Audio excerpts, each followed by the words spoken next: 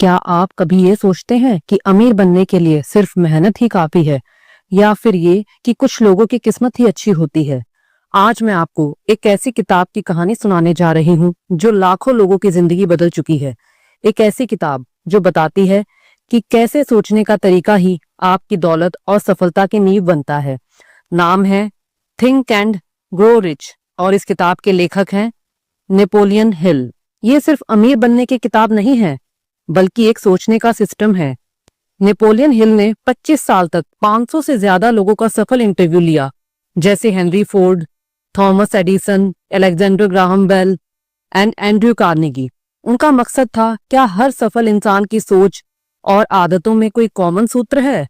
हिल ने पाया, हाँ, हर सफल व्यक्ति के पास था एक डेफिनेट पर्पस, बर्निंग डिजायर और परसिस्टेंस। तो अब चलिए हम जानते हैं डिजायर यानी कि इच्छा शक्ति क्या होती है। नेपोलियन हिल कहते हैं, riches begin with a state of mind, with definiteness of purpose, with little or no hard work. अमीर बनने की पहली और सबसे जरूरी चीज है इच्छा, लेकिन वो कोई आम इच्छा नहीं होनी चाहिए। वो होनी चाहिए बर्निंग डिजायर, एक ऐसी आग जो आपको चैन से बैठने ना दे जब तक आप अपना लक्ष्य पूरा ना कर लें। अब जानते हैं एडविन सी बार्नेस की कहानी। बार्नेस एक साधारण इंसान था। उनके पास कोई पैसा नहीं था, कोई पहचान नहीं, लेकिन उसके अंदर एक बात थी, मैं थॉमस एडिसन के साथ काम करूंगा। वो ट्रेन में चढ़कर सीधा एडिसन के ऑफिस पहुंचे। वहां उसने सिर्फ एक बात कही, मैं आपके लिए काम करना चाहता हूं, कुछ भी करूंगा। एडिसन को उसकी आंखों में कुछ दिखा और वो थी बर्निंग डिजायर। बार्नेस को नौकरी मिल गई, शुरुआत में बहुत छोटी सी पोस्ट पर, लेकिन उसने हार नहीं मानी। सालों बाद एक ऐसा मौका आया जहां एडिसन को एक नया डिवाइस बेचने के लिए आदमी चाहिए था। बार्नेस ने झट से उसे बेचा और एडिसन का पार्टनर बन गया। इस कहानी से नेपोलियन हिल हमें सिखाते हैं, अगर आपकी इच्छा मजबूत है तो ब्रह्मांड रास्ते बनाना शुरू कर देता है। डिजायर को एक्शन में कैसे बदले? नेपोलियन हिल ने इच्छा को हकीकत में बदलने के लिए एक स्टेप बाय स्टेप फॉर्मूला बताया है, और ये है नेपोलियन का 6 स्टेप फॉर्मूला। पहला है, आप कितनी दौलत चाहते हैं, साफ साफ लिखें। जैसे मान लीजिए आप 10 लाख चाहते हैं। सेकंड है, उसके लिए आप क्या देने को तैयार हैं, यानी कि टाइम, स्किल, एफर्ट। थर्ड है, एक तारीख तय करें, जैसे 1 जनवरी 2026। फोर्थ है, एक एक्शन प्लान बनाएं, स्टेप बाय स्टेप काम कैसे होगा। फिफ्थ है, सारा प्लान एक पेपर पर लिखें। और सिक्स्थ है, हर दिन 2 बार जोर से पढ़ें। जब आप इसे रोज पढ़ते हैं तो आपका दिमाग धीरे धीरे उसी दिशा में सोचना शुरू कर देता है। यही है ऑटो सजेशन की शुरुआत। किताब में कहा गया है, the starting point of all achievement is desire, keep this constantly in mind, weak desire brings weak results. Napoleon Hill कहते हैं, जिसके पास एक स्पष्ट लक्ष्य नहीं है वह कभी पूरी तरह से सफल नहीं हो सकता। तो अब खुद से पूछिए, क्या मुझे पता है मुझे क्या चाहिए? अगर आपको ये बातें पसंद आ रही हैं तो अगले भाग में हम जानेंगे ऑटो सजेशन का रहस्य, कैसे आप अपने दिमाग को रिच बनना सिखा सकते हैं। लेकिन उससे पहले एक छोटा सा काम जरूरी है। अगर आप चाहते हैं कि ये पावरफुल सीखे ज्यादा लोगों तक पहुंचे तो इस वीडियो को लाइक करें, कमेंट करें, आई विल ग्रो रिच। और अब तक अगर आपने चैनल को सब्सक्राइब नहीं किया है तो सब्सक्राइब करें, क्योंकि आगे आने वाले पार्ट्स में हम बात करेंगे उन रहस्यों की जो आपकी सोच को बदल कर रख देंगे। क्या आप तैयार हैं अपने माइंड को करोड़ों की मशीन बनाने के लिए? चलिए मिलते हैं पार्ट 2 में, जहां हम जानेंगे ऑटो सजेशन का जादू। तो अब हम जानते हैं ऑटो सजेशन। पिछले भाग में हमने जाना कि बर्निंग डिजायर यानी जलती हुई इच्छा कैसे सफलता की पहली सीढ़ी होती है। अब सवाल ये उठता है, सिर्फ इच्छा रखने से क्या सब कुछ मिल जाएगा? नहीं, इच्छा को यकीन में बदलना होगा, और यही काम करता है ऑटो सजेशन।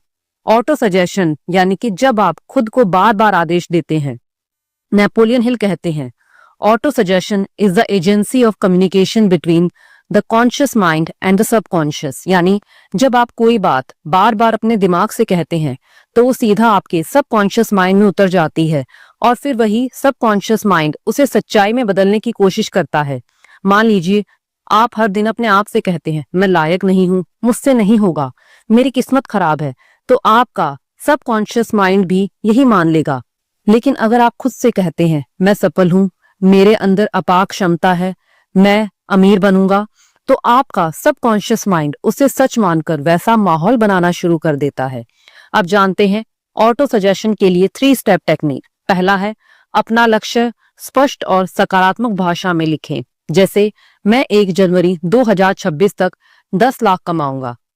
सेकंड है हर दिन जोर से पढ़ें, दिन में 2 बारी सुबह और रात को आंखों के सामने वो अमाउंट और तारीख रखें जैसे आप मन से देख और महसूस कर रहे हैं। थर्ड है विजुअलाइजेशन के साथ बोलें, अपने लक्ष्य को महसूस करें जैसे वो पहले ही पूरा हो चुका है।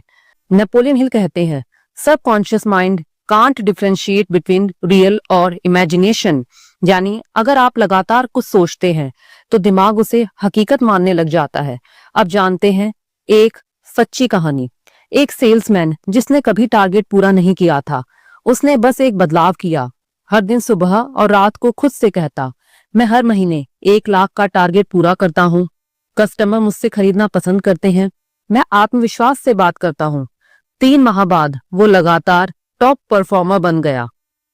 ऑटो सजेशन से ब्रेन प्रोग्राम होता है। नेपोलियन हिल इस प्रक्रिया को दिमाग का प्रोग्रामिंग सिस्टम मानते हैं। जो आप बार बार सोचते हैं वही अंततः आप बन जाते हैं। You become what you think about all day long.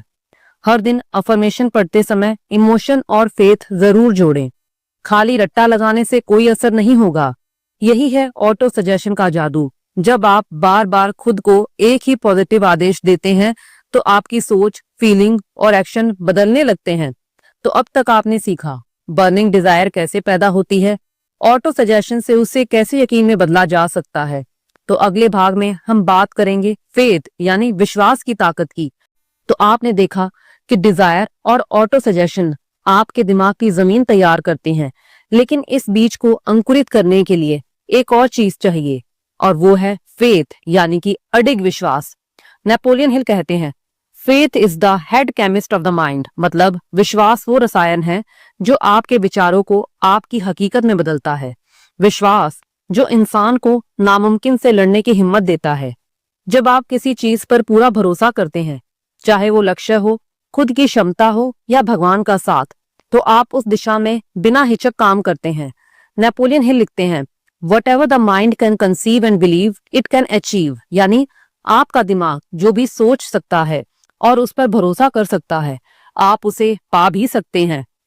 अब जानते हैं फेथ और सबकॉन्शियस माइंड का रिश्ता। फेथ को आप जानबूझकर पैदा कर सकते हैं, लेकिन कैसे? इसके लिए ऑटो सजेशन की बार बार प्रैक्टिस करें।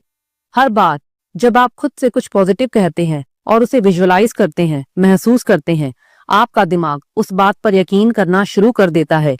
यही यकीन फेथ बन जाता है। हेनरी फोर्ड से जब पूछा गया कि वो हमेशा इतना कॉन्फिडेंट कैसे रहते हैं, उन्होंने जवाब दिया, अगर मुझे लगता है मैं कर सकता हूँ और अगर मैं सोचूं कि नहीं कर सकता, दोनों ही बातें सच हो जाती हैं। नेपोलियन हिल इसी को फेथ कहते हैं। आप जो मानते हैं वही आपकी सच्चाई बन जाती है। फेथ का साइकोलॉजिकल असर। नेपोलियन हिल बताते हैं कि फेथ आपके नर्वस सिस्टम, बिलीफ सिस्टम और एनर्जी को एक्टिवेट करता है। फेथ डर को खत्म करता है, आत्मविश्वास बढ़ाता है, आपको कंसिस्टेंट एक्शन लेने की हिम्मत देता है। अब जानते हैं कि प्रैक्टिस करके हम विश्वास कैसे पैदा कर सकते हैं। हर दिन अपना गोल दोहराएं। ऑटो सजेशन से खुद को विजुअलाइज करें जैसे आप सफल हो चुके हैं। अपनी गलतियों और विफलताओं को सीढ़ी समझें, रुकावट नहीं। फेथ कोई जादू नहीं है, ये प्रैक्टिस और डिसिप्लिन से बनता है। फेथ बिना सबूत के खुद पर भरोसा करना है और यही हर अमीर, सफल और महान व्यक्ति के अंदर होता है। अगर आप वाकई में इस सोच को अपनी जिंदगी में उतारना चाहते हैं तो इस वीडियो को यहीं रोके नहीं, अभी सब्सक्राइब करें इस चैनल को और कमेंट में लिखें आई बिलीव। तो अब हम जानते हैं the power of specialised knowledge, जहां हम सीखेंगे कि सिर्फ डिग्री नहीं, गहरी समझ और काम की जानकारी कैसे इंसान को अमीर बनाती है।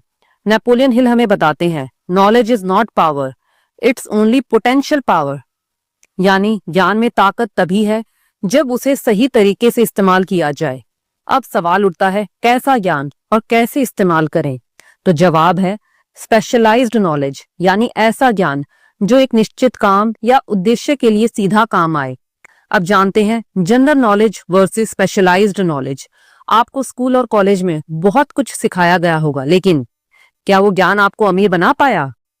जनरल नॉलेज बहुत फैला हुआ होता है, जैसे समुद्र में पानी, पर अगर उस पानी को पाइप से सही दिशा में बहाओ तो वो बिजली बन जाता है। स्पेशलाइज्ड नॉलेज वही पाइप है। Successful people accumulate specialized knowledge and organize it into a definite plan of action। कैसे हासिल करें स्पेशलाइज्ड नॉलेज? नेपोलियन हिल कहते हैं, इसके लिए आप रेलिवेंट सब्जेक्ट की किताबें पढ़ें, कोर्स करें, एक्सपर्ट से सीखें, खुद से प्रयोग करें, किसी सक्सेसफुल मेंटर का साथ लें। अब जानते हैं एक real life example Thomas Edison का। थॉमस एडिसन के पास खुद ज्यादा डिग्रियां नहीं थी, लेकिन उन्होंने अपने चारों तरफ स्पेशलाइज्ड पीपल की टीम बनाई। उन्होंने दूसरों की नॉलेज को ऑर्गेनाइज किया और एक्शन लिया। उन्होंने सबसे पहला कमर्शियल इलेक्ट्रिक बल्ब बनाया, ना कि सबसे ज्यादा पढ़ा लिखा इंजीनियर। नेपोलियन हिल बार बार कहते हैं, it's not education that makes a man rich, it's how he applies what he knows. तो जरूरी नहीं कि आप MBA करो या डिग्री होल्डर हो, जरूरी है कि जो आप सीखते हैं उसे कैसे इस्तेमाल करते हैं, क्या उसे किसी एक उद्देश्य के लिए टारगेट करते हैं। आपके पास अगर एक स्पष्ट लक्ष्य है, उसी दिशा में सही जानकारी है और जानकारी को प्रयोग में लाने का प्लान है, तो आप किसी भी फील्ड में सफल हो सकते हैं। अब खुद से पूछिए, मैं किस चीज में गहराई से जानकार बनना चाहता हूँ। वहीं से आपकी दौलत और सफलता की यात्रा शुरू होगी। नॉलेज तब तक शक्तिशाली नहीं है जब तक वह काम ना आए। जनरल नॉलेज नहीं, स्पेशलाइज्ड नॉलेज आपको सफल बनाती है। ये ज्ञान किताबों, लोगों और अनुभवों से मिलता है। अगर आप तैयार हो सीखने के लिए तो टीम बनाओ, सीखो और तुरंत एक्शन लो। अब हम जानते हैं नेक्स्ट पार्ट में इमेजिनेशन यानी कि कल्पना की शक्ति। हम जानेंगे कि कैसे हर महान चीज अमीरी से लेकर आविष्कार तक पहले सिर्फ एक कल्पना थी। सोचिए, अगर आपको कुछ भी नहीं पता होता, कोई पैसा नहीं होता, कोई अवसर नहीं होता, तो भी क्या आप कुछ बड़ा कर सकते हैं? नेपोलियन हिल कहते हैं, yes if you have imagination. क्योंकि हर अमीर इंसान, हर बड़ा बिजनेस, हर इनोवेशन पहले सिर्फ एक कल्पना था।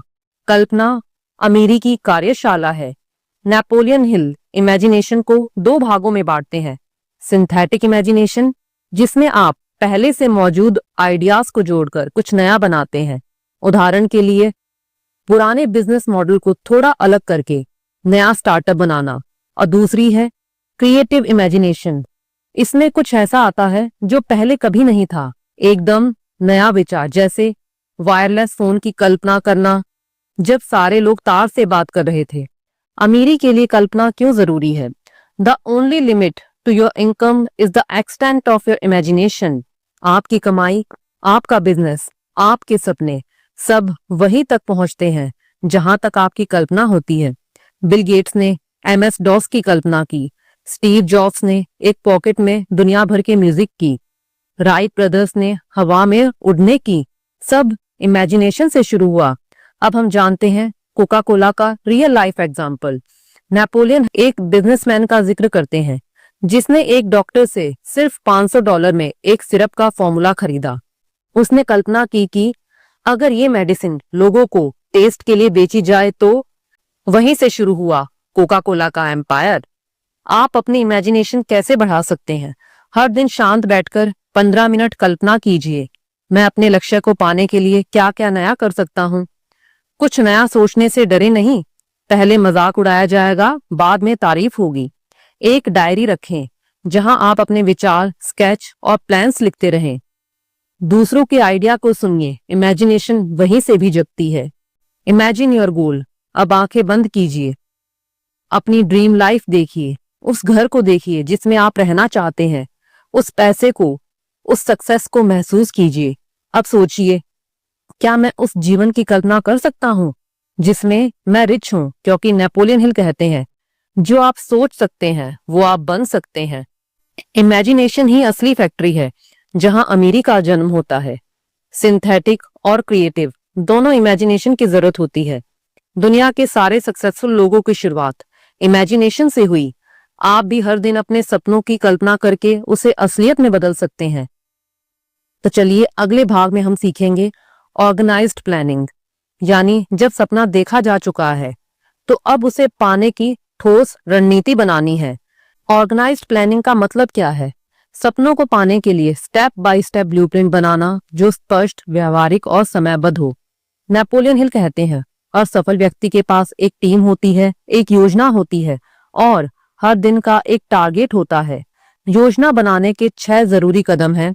मास्टरमाइंड ग्रुप बनाइए। अकेले काम करने के बजाय अपने जैसे विजन वाले लोगों को साथ जोड़िए। ये आपके आइडियाज को सुधारेंगे, आपको मोटिवेट करेंगे। लिखित योजना तैयार करें। क्या करना है, कब करना है, किसके साथ करना है, सब लिखें। एक्शन डेट तय करें। योजना सिर्फ तब तक जिंदा रहती है जब उसके साथ डेडलाइन जुड़ी हो। लचीलापन रखें। अगर योजना काम ना आए तो ईगो ना लगाएं। योजना बदलिए, लक्ष्य नहीं। हर दिन रिव्यू करें। दिन खत्म होने से पहले देखें कि क्या हुआ और क्या नहीं। पैसे की योजना बनाइए कि अपने लक्ष्य को पूरा करने में कितना खर्च आएगा, ये पहले से जानिए। अब नेपोलियन हिल बताते हैं एक व्यक्ति की कहानी जिसके पास ना पैसा था ना जमीन, फिर भी उसने एक स्टील कंपनी बनाई क्योंकि उसके पास था ऑर्गेनाइज्ड प्लानिंग, मास्टरमाइंड ग्रुप और डिटर्मिनेशन। उसने अपनी योजना स्टेप बाय स्टेप लागू की और कुछ ही सालों में वो स्टील एम्पायर का मालिक बन गया। विफल योजना भी सीख देती है। नेपोलियन हिल बार बार कहते हैं, temporary defeat is not failure. अगर आपकी योजना असफल हो जाती है तो गलती को स्वीकारें, सुधारें और फिर से शुरू करें। सबसे बड़े अमीरों ने 3-4 बार अपनी योजना बदली है, लेकिन अपने लक्ष्य से कभी पीछे नहीं हटे। और यदि वीडियो आपको अच्छी लग रही है तो अपने किसी दोस्त को भेजिए जो भी सपना तो देखता है लेकिन एक योजना नहीं बना सकता, क्योंकि knowledge shared is success multiply. तो ऑर्गेनाइज प्लानिंग आपको सिर्फ सपना देखने वाला नहीं, करने वाला बनाता है। ऑर्गेनाइज प्लानिंग के लिए एक मास्टरमाइंड टीम, डेडलाइंस और फ्लेक्सिबिलिटी जरूरी है। टेम्परेरी फेलियर से डरना नहीं, योजना बदलनी है। एक्शन लेने वाला ही अपने सपनों को छूता है। अब तक आपने देखा कि डिजायर, फेथ, इमेजिनेशन और प्लानिंग से लक्ष्य तय होता है, लेकिन उस लक्ष्य तक पहुंचने की असली रफ्तार आती है निर्णय की कला से। तो अगले भाग में हम आपको ले जाएंगे एक गहरी साइकोलॉजिकल कॉन्सेप्ट की तरफ, और वो है निर्णय की ताकत, जहां हम जानेंगे कि सबसे बड़े अमीर कैसे लाइटनिंग स्पीड से फैसले लेते हैं और सफल क्यों होते हैं। नेपोलियन हिल कहते हैं, lack of decision is the major cause of failure. निर्णय ना ले पाना असफलता की सबसे बड़ी वजह है। निर्णय लेने वाले सफल लोग कैसे होते हैं? हिल ने 500 से ज्यादा सफल व्यक्तियों को स्टडी किया, जैसे हेनरी फोर्ड, एडिसन। सभी में एक बात कॉमन थी, वे डिसीजन तुरंत लेते थे लेकिन बदलते बहुत मुश्किल से थे। वहीं असफल लोग डिसीजन लेने में देर करते हैं और बार बार राय बदलते हैं। लोगों की राय से मत डगमगाओ। हिल कहते हैं, most people failed because they let others think for them. अगर आप हर किसी की बात सुनकर डिसीजन बदलते रहेंगे तो आपका सपना कभी अपना आकार नहीं ले पाएगा। आपका सपना है तो निर्णय भी आपका ही होना चाहिए। क्विक एक्शन और फर्म स्टैंड ले, सोच समझ कर डिसीजन ले, लेकिन जब डिसीजन ले तो फिर डाउट की गुंजाइश ना रखे। हेनरी फोर्ड ने एक बार V8 इंजन बनवाने का निर्णय लिया। सभी इंजीनियर बोले इम्पॉसिबल, लेकिन फोर्ड अड़े रहे। उन्होंने कहा बनाओ, और नतीजा कुछ सालों बाद वही V8 इंजन हकीकत बन गया। क्यों? क्योंकि डिसीजन लिया और उस पर डटे रहे। तो इसके लिए आप डिसीजन लेने में तेज बने, उसे बार बार बदले नहीं। दूसरों की राय से अपने फैसले ना बदलें। फैसला आपका है, सपना भी आपका है। अगले भाग में हम बात करेंगे परसिस्टेंस, यानी कि दृढ़ निश्चय और लगातार प्रयास की शक्ति। दोस्तों, एक बहुत ही कड़वी सच्चाई है, लोग हारते हैं क्योंकि वे जल्दी हार मान लेते हैं। नेपोलियन हिल कहते हैं, persistence is to the character of man as carbon is to steel. यानी जैसे स्टील को मजबूत बनाता है कार्बन, वैसे ही इंसान के चरित्र को मजबूत बनाता है लगातार प्रयास। क्या है परसिस्टेंस? परसिस्टेंस का मतलब है हर बार गिरकर फिर से उठना, हर ना सुनने के बाद भी हाँ की उम्मीद रखना, हर बंद दरवाजे को ठोकते रहना जब तक कोई दरवाजा खुल ना जाए। फेलियर के बाद परसिस्टेंस का असली रोल नेपोलियन हिल बताते हैं, कई लोग सिर्फ इसीलिए सफल नहीं हो पाए क्योंकि उन्होंने वन स्टेप बिफोर सक्सेस हार मान ली। उदाहरण के लिए थॉमस एडिसन 10,000 बार फेल हुए लेकिन वो रुके नहीं। परसिस्टेंस ने ही उन्हें बल्ब बनाने वाला महान आविष्कारक बनाया। अब हम जानते हैं 4 स्टेप्स टू बिल्ड परसिस्टेंस। साफ और बर्निंग डिजायर होनी चाहिए, यही फ्यूल है।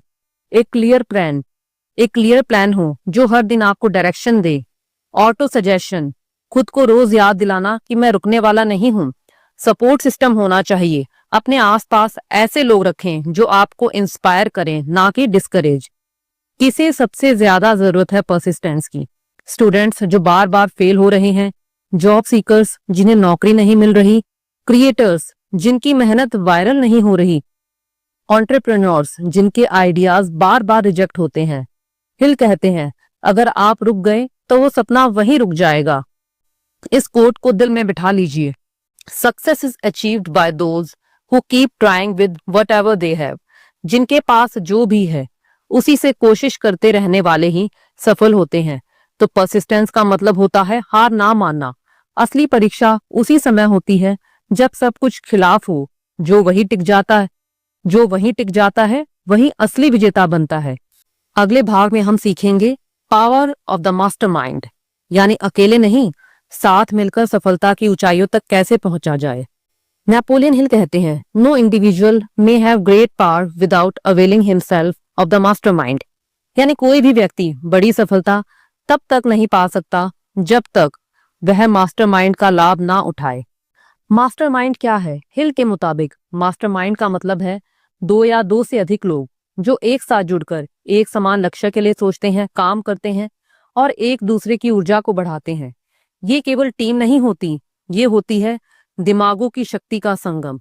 जब 2 दिमाग मिलते हैं, जब 2 लोग एक ही मिशन के लिए ईमानदारी और विश्वास से लगातार विचारों का आदान प्रदान करते हैं, तब एक तीसरी अदृश्य शक्ति जन्म लेती है जो दोनों से कहीं ज्यादा तेज और सक्षम होती है। इसे ही नेपोलियन हिल कहते हैं द थर्ड माइंड या मास्टरमाइंड एनर्जी। हेनरी फोर्ड के पास तकनीकी जानकारी नहीं थी, लेकिन उन्होंने मास्टरमाइंड बनाया। स्मार्ट इंजीनियर, मैनेजर, फाइनेंसर, और वही बना फोर्ड मोटर्स का आधार। एंड्रयू कार्नेगी के पास 50 लोगों की मास्टरमाइंड टीम थी, जिनकी वजह से वे दुनिया के सबसे अमीर लोगों में शामिल हुए। मास्टरमाइंड कैसे बनाए? लोगों को सोच समझकर चुने जो विजन शेयर करें। ट्रस्ट और ऑनेस्टी रखें, बिना ईगो के बातचीत हो। रेगुलर मीटअप्स, सोचों का फ्लो बना रहे। क्लैरिटी और पर्पस, सबका लक्ष्य एक जैसा होना चाहिए। अकेले क्यों नहीं हो सकता? अकेला दिमाग सीमित सोच सकता है, हम अपनी गलतियों को खुद नहीं देख पाते। क्रिएटिव ब्लॉक्स आ जाते हैं, एनर्जी डाउन हो जाती है। लेकिन मास्टरमाइंड हमें अकाउंटेबिलिटी और इंस्पिरेशन देता है। मास्टरमाइंड कोई लग्जरी नहीं, जरूरत है। बड़े सपनों के लिए बड़ी सोच होनी चाहिए और वो अकेले नहीं आती। जब सोचें मिलती हैं तो पावर मल्टीप्लाई होती है। आपकी नेक्स्ट लेवल ग्रोथ मास्टरमाइंड से ही आएगी। अब हम जानते हैं अगला पार्ट जो कि बहुत खास है, क्योंकि हम जानेंगे वो रहस्यमय शक्ति जो सब कुछ जोड़ती है, द सबकॉन्शियस माइंड, यानी कि अवचेतन मन की शक्ति। दोस्तों, अब हम पहुंच गए हैं उस अध्याय पर जो थिंक एंड ग्रो रिच की आत्मा है। नेपोलियन हिल इसे कहते हैं the connecting link between the conscious mind, the infinite intelligence and the brain. यानी हमारा सबकॉन्शियस माइंड हमारे विचारों और ब्रह्मांड की असीम बुद्धि के बीच पुल है। सबकॉन्शियस माइंड क्या है? ये वो मन है जो हर चीज को रिकॉर्ड करता है, आपकी भावनाएं, आपकी सोच, आपके डर, आपके विश्वास, और फिर उसी के अनुसार आपके लिए परिस्थितियां बनाता है। ये कभी नहीं सोता, ये हर वक्त एक्टिव होता है, चाहे आप सो रहे हैं या जाग रहे हैं। ये कैसे काम करता है? जो बातें आप बार बार सोचते हैं, जो बातें आप भावनाओं से कहते हैं, जो बातें आप खुद को रोज बताते हैं, वो सब सबकॉन्शियस माइंड में जाती हैं और फिर वो आपके विचारों को रियलिटी में बदलने लगती हैं। नेगेटिव या पॉजिटिव, जो दोगे वही लौटेगा। अगर आप खुद से कहते हैं मैं कुछ नहीं कर सकता, मेरे साथ कभी अच्छा नहीं होता, तो सबकॉन्शियस माइंड उसे सच करने लगेगा। लेकिन अगर आप कहते हो मैं सफल हो रहा हूं, हर दिन मैं अमीर बन रहा हूं, तो वो उसी दिशा में परिस्थितियां बनाता है। कैसे प्रोग्राम करें अपने सबकॉन्शियस माइंड को? ऑटो सजेशन से रोज पॉजिटिव बातें दोहराना, जैसे मैं सफल हूं, मैं आत्मविश्वासी हूं, मैं लायक हूं, मैं अमीर हूं। इमोशन के साथ बोलना, सिर्फ शब्द नहीं भावना भी होनी चाहिए। फिर है रिपीटिशन, यानी कि बार बार दोहराना। हर रोज सुबह और रात को विजुअलाइजेशन करना, यानी कल्पना करना जैसे वो सपना पहले ही सच हो चुका हो। अवॉइड नेगेटिव इनपुट्स, दूसरों की नेगेटिव बातों को अंदर ना जाने दो। अगर किसी ने जीवन भर सुना है कि पैसे वाले लोग बुरे होते हैं, तो उसका सबकॉन्शियस माइंड अमीरी से दूर भागेगा। लेकिन जिसने सुना है कि धन सेवा का माध्यम है, वो पैसा कमाने से नहीं हिचकेगा।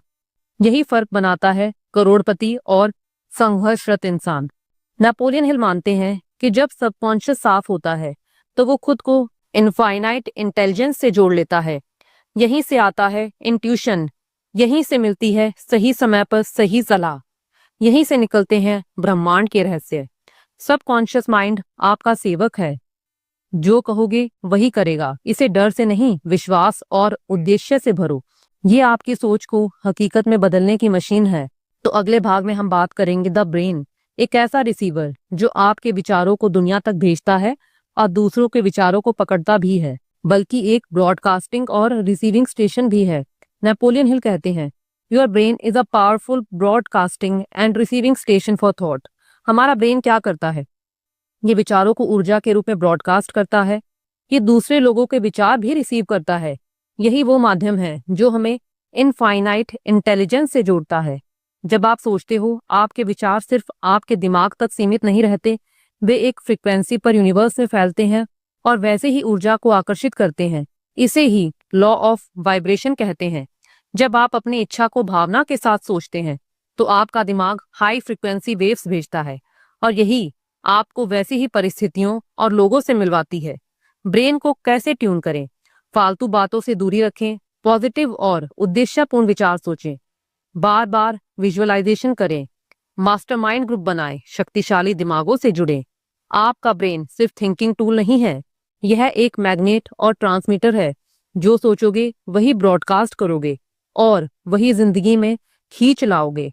तो अगले भाग में हम बात करेंगे सबसे गहरा अध्याय, द सिक्स्थ सेंस, जो आपकी आत्मा की आवाज है। नेपोलियन हिल कहते हैं, the sixth sense is that portion of the subconscious mind which has been referred to as the creative imagination. यानी छठी इंद्रिय वो शक्ति है जो आपको आंतरिक मार्गदर्शन देती है। जब सब कुछ चुप हो, तब भी एक आवाज अंदर से कहती है, यही रास्ता है। सिक्स्थ सेंस क्या है? ये कोई जादू नहीं, बल्कि इंट्यूशन है। ये आपके सबकॉन्शियस माइंड और इनफाइनाइट इंटेलिजेंस के बीच का पुल है। जब आपने बाकी सभी 12 प्रिंसिपल जैसे डिजायर, फेथ, ऑटो सजेशन आदि को अच्छे से अपना लिया हो, तो सिक्स्थ सेंस अपने आप ही एक्टिवेट हो जाता है। नेपोलियन हिल ने लिखा कि उनके बड़े निर्णय जैसे फ्रैंकलिन रूजवेल्ट से जुड़ना सिक्स्थ सेंस के कारण ही हुआ। सिक्स्थ सेंस कब आती है? तब जब आप रोज विजुअलाइज करते हैं, जब आप गहरी ध्यान अवस्था में होते हैं, जब आप डाउट और फियर को हटा देते हो। सिक्स्थ सेंस सीधा कांटेक्ट है यूनिवर्सल इंटेलिजेंस से। ये आपको आगे बढ़ने से पहले संकेत देती है। इसके लिए जरूरी है बाकी सब प्रिंसिपल को इंटरनलाइज करना। अब हम जानते हैं सिक्स घोस्ट्स ऑफ फियर, यानी वो डर जो हमें रोकते हैं। नेपोलियन हिल कहते हैं, fear is the worst of all enemies and it can be conquered. इस किताब की आखिरी सीख यही है कि अगर आपने डर को नहीं हराया, तो आप कभी अमीर नहीं बन सकते, चाहे आपके पास सारे प्रिंसिपल्स हों। ये है वो 6 भूत जो आपकी सोच को पंगु बना देते हैं। फियर ऑफ पॉवर्टी, ये सबसे खतरनाक है। ये आपको जोखिम लेने से रोकता है। इसका समाधान है डिजायर और फेथ के साथ काम करना। सेकंड है हमारा फियर ऑफ क्रिटिसिज्म, यानी कि लोग क्या कहेंगे। यही डर सबसे ज्यादा सपनों को मारता है। आप हिचकते हैं क्योंकि आपको अस्वीकार किया जा सकता है। इसका समाधान है सेल्फ कॉन्फिडेंस फॉर्मूला अपनाओ। याद रखो, आप सबको खुश नहीं कर सकते। थर्ड है फियर ऑफ इल हेल्थ, बीमारी का डर आपके शरीर को बीमार बना देता है। बार बार सोचना कि मैं ठीक नहीं हूँ मानसिक जहर है। इसके लिए आप ऑटो सजेशन और पॉजिटिव मेंटल एटीट्यूड को अपनाएं। फोर्थ है हमारा fear of loss of love, जलन, शंका, दुख। ये आपके दिमाग को कंट्रोल करते हैं। ये सबसे भावनात्मक डर है। इसका समाधान है लव के साथ ट्रस्ट लाओ, डर के साथ नहीं। फियर ऑफ ओल्ड एज, बुढ़ापे का डर प्रोडक्टिविटी और एनर्जी को छीन लेता है। आपको लगता है अब तो कुछ नया नहीं कर सकता। इसके लिए आप लाइफ लॉन्ग लर्निंग अपनाओ। उम्र सिर्फ एक संख्या है। फियर ऑफ डेथ, सबसे अंतिम और सबसे गहरा डर। जब तक आप मौत से डरते हैं तब तक आप पूरी तरह से जी नहीं सकते। इस डर को स्पिरिचुअल फेथ से हराया जा सकता है। Kill the ghosts of fear before they kill your dreams. डर को पहचानो, नाम दो और एक एक करके हराओ, क्योंकि यही डर आपके रिचेस और ग्रेटनेस के बीच खड़ा है। अब आप तैयार हो, सोचो, विश्वास करो और अमीर बनो। नेपोलियन हिल की ये टाइमलेस किताब आपको सिर्फ पैसे ही नहीं बल्कि आत्मा से समृद्ध जीवन देना चाहती है।